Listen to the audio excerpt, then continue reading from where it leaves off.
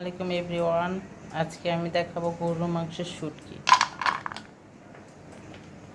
গরুর মাংসর শুটকি কতগুলো নিয়ে নিলাম। এর ভিতরে একটু পানি দিয়ে আধা ঘন্টার মতো ভিজিয়ে রাখবো।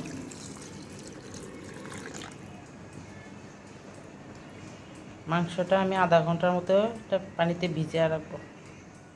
এই যে আমার মাংসটা ভিজানো হয়ে গেছে, আধা ঘন্টা ভিজিয়ে রাখছি। এখন এটা নরম হয়ে গেছে।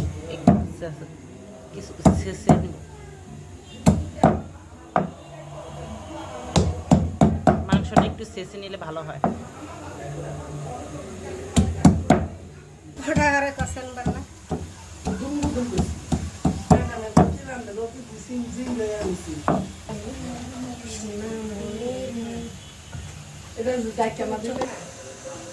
মাংসগুলো এভাবে কেটে নিয়ে নেব। কিছু পেঁয়াজ দিয়ে দিলাম, একটু রান্নার তেল দিয়ে দেব। পেঁয়াজটা একটু ভাজা ভাজা হয়ে গেলে এর ভিতরে একটু সামান্য পরিমাণে লবণ দিয়ে দেবো স্বাদ মতো। এরপরে আদা রসুন দিয়ে দেব। এরপরে 1 টেবিল চামচ হলুদ দিয়ে দেব।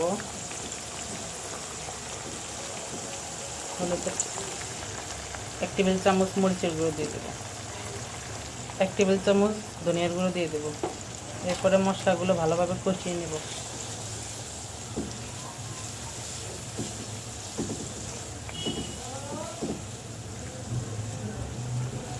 মশলাগুলো ভালোভাবে কষালে রান্নার টেস্টটা অন্যরকম আসে। মশলা কষানো শেষ। এর ভিতরে মাংসের শুটকি আমি বেছে নিয়েছিলাম, এখন এটার ভিতরে দিয়ে দেব মাংসের শুটকিটা। সাথে আলুটাও দিয়ে দেবো। আলুটা আবার ভাজির মতো করে কুচি করে নেবেন। দিয়ে ভালোভাবে এটা আবার কষিয়ে নেব, কিছুক্ষণ কষাবো। তাজা মাংস তো সবাই খেয়েছেন, এবার মাংসের শুটকি খেয়ে দেখেন। মাংসের শুটকি খুবই মজার। আমার কাছে তো মাংসের শুটকি খুবই ভালো লাগে। মাংসের শুটকি হলে আর কিছুই লাগে না। নেড়ে চেড়ে ভালোভাবে কষানো হয়ে গেছে। এর ভিতরে এখন সামান্য পরিমাণে পানি দিয়ে দেব। পানি বেশি লাগবে না, অলরেডি কষানোর ভিতরেও হয়ে গেছে। এখন এটার ভিতরে পানি দিয়ে দিচ্ছি।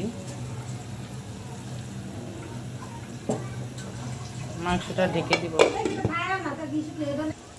এখন আমি এর ভিতরে 1 টেবিল চামচ গরম মশলা দিয়ে দিব। 1 টেবিল চামচ জিরার গুঁড়ো দিয়ে দিব। দিয়ে এটা আবার ভালোভাবে মিশিয়ে নিব।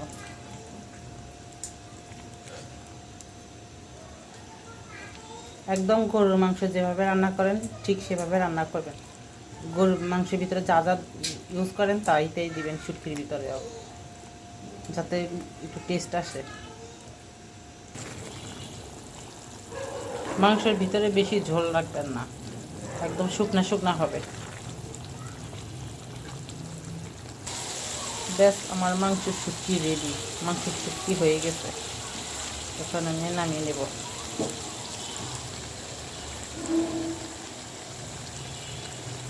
এভাবে মাংস খেয়ে দেখবেন কেমন লাগে। আসলে আমার কাছে খুবই ভালো লাগে। আমার ভিডিওটি যদি ভালো লাগে সবাই লাইক, কমেন্ট, শেয়ার এবং সাবস্ক্রাইব করে আমার পাশে থাকবেন।